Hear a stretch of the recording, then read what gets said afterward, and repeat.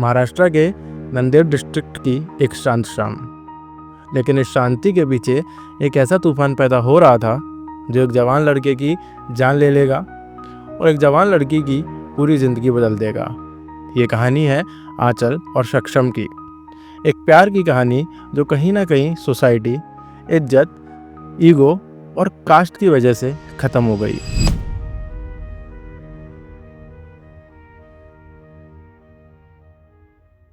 आंचल मामीद्वार एक 21 साल की कॉलेज गोइंग लड़की जो पढ़ाई में एवरेज, लेकिन उसके सपने बहुत बड़े बड़े। उसका परिवार काफ़ी ज़्यादा स्ट्रिक्ट, कंजर्वेटिव और कास्ट कॉन्शियस था। घर के नियम सख्त थे, दोस्त कम, आज़ादी उससे भी कम। आंचल अक्सर अपने रूम की विंडो से दुनिया को देखती थी, लेकिन उसी विंडो के बाहर उसकी ज़िंदगी एक नया मोड़ लेने वाली थी। सक्षम टेट एक 20 साल का सिंपल, पोलाइट और बहुत ज़्यादा हार्ड वर्किंग लड़का। उसके दोस्तों का भी यही कहना था कि सक्षम हमेशा मुस्कुराता रहता था और काफ़ी ज़्यादा शांत स्वभाव का लड़का था।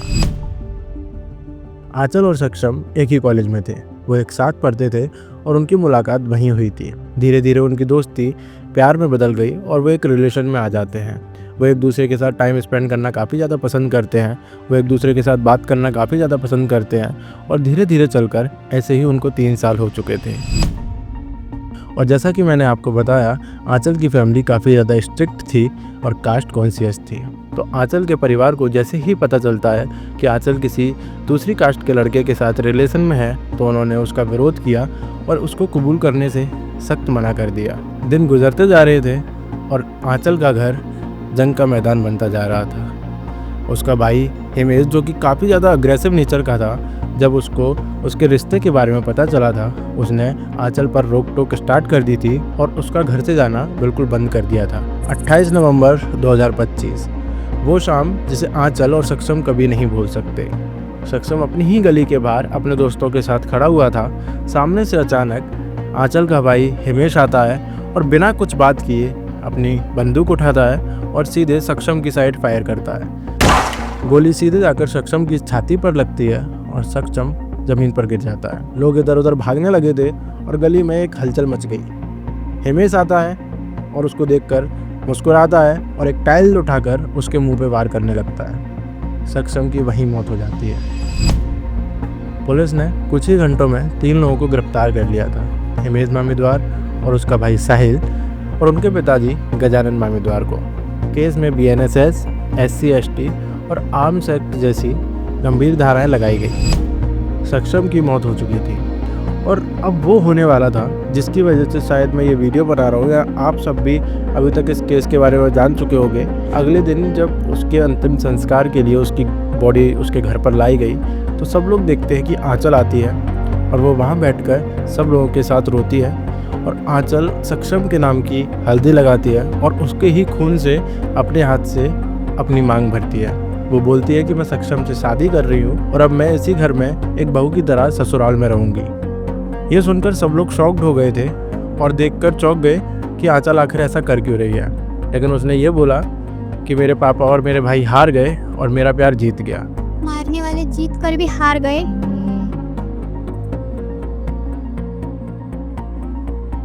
और हारने वाला मरकर भी जीत गए। आज हमारे प्यार की जीत हुई। उसने अपने घर वालों के अगेंस्ट जाकर उन पर केस भी किया और ये देखकर सब लोग बहुत ज़्यादा खुश भी हुए और काफ़ी लोग हैरान भी हुए। सक्षम की माँ टूट चुकी थी, उसने अपना एक बेटा खो दिया था और वो केवल सबसे यही पूछ रही थी कि मेरे बेटे का आखिर क्या कसूर था, क्या प्यार करना गुनाह है, या उसने कभी किसी के साथ बुरा नहीं किया तो उसके साथ बुरा क्यों हुआ। वो तो एक शरीफ लड़का था, तब भी उसको इतनी बेरहमी से क्यों मारा गया। लेकिन इसका जवाब किसी के पास नहीं था। यह केस सिर्फ यहीं ख़त्म नहीं होता है।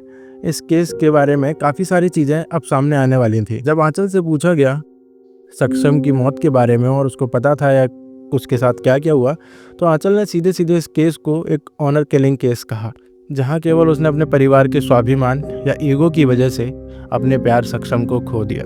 आंचल से जब चीज़ें पूछी गई तो आंचल ने ऐसे ऐसे खुलासे किए जो इस केस को एक अलग ही मोड़ पर लाकर खड़ा करता है। आंचल ने बताया कि उसका भाई 28 नवंबर की सुबह उसको एक पुलिस स्टेशन लेकर गया था और हिमेश ने उस पर दबाव बनाया कि सक्षम के खिलाफ एक फॉल्स केस रजिस्टर करवाए और बोले कि उसने उसका रेप किया है और ज़बरदस्ती उसके पीछे पड़ा हुआ है। लेकिन आंचल ने ये सब करने से साफ मना कर दिया। उसके बाद उसे काफ़ी ज़्यादा फोर्स किया गया और ये सब 2 पुलिस वालों ने देखा। तो पुलिस ने आकर सीधे ये बोला कि अपनी बहन को क्या समझा रहे हो, यहाँ डेली डेली क्यों आ जाते हो, जो भी लड़का है सीधे जाकर उससे बात करो या उसको जो करना है उसको करो। तो मतलब आंचल ने सीधे सीधे एलिगेशन लगाया कि 2 पुलिस वालों ने उसके भाई हिमेश को भड़काया। तो पुलिस की बात सुनकर हिमेश का ईगो हर्ट हुआ और पुलिस वालों से हिमेश ने वहाँ बोला कि आज शाम तक मैं यहाँ आऊँगा और देखना मैं क्या करके आऊँगा। 2 पुलिस थे, एक धीरज कोमुलवार और दूसरा माहिदा सरवार। उन्होंने उसे भड़काया, मतलब तो इसको उसको मारकर यहाँ आता है, तो ये करने से अच्छा तेरी बहन का जिसके साथ मैटर है, जिसके साथ वो घूमती है, जिसके साथ रहती है, जिसके साथ उसका प्यार है, उसको मार कर आना। तो मेरे भाई ने मतलब वो बहुत गुस्से में आया था और उनको चैलेंज देकर आया था कि आज शाम तक मैं सक्षम को मारकर यहाँ आ जाऊंगा। और ये केवल यहीं ख़त्म नहीं हुआ। सक्षम के मर जाने के बाद पुलिस वालों का कहना है कि सक्षम के ऊपर पहले कुछ केसेस चले आ रहे थे। इसकी वजह से सक्षम को भी कहीं ना कहीं एक अपराधी बताया जा रहा था, जिसके जवाब में उसकी माँ ने यही बोला कि हमारा बेटा बहुत ज़्यादा शरीफ था, उसके ऊपर कोई भी केस नहीं था। पुलिस फालतू के एलिगेशंस लगा रही है। इस केस को दूसरा एंगल देने के लिए वो आज तक जेल नहीं गया और ना ही उसने कभी कोई गलत काम किया। पुलिस के एलिगेशन सारे झूठ हैं। आंचल ने जैसा सबको बताया कि केवल एक ऑनर किलिंग का केस है, कास्ट और केवल ईगो। इंडिया में पिछले 10 साल में 3000 से ज़्यादा ऑनर किलिंग के केसेस हैं।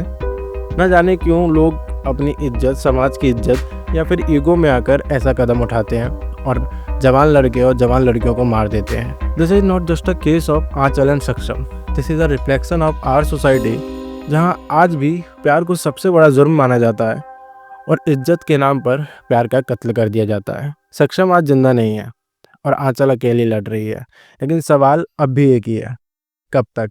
कब तक कास्ट, ईगो और ऑनर की वजह से जवान लोगों की जान जाती रहेगी और लोग अपने प्यार को खोते रहेंगे?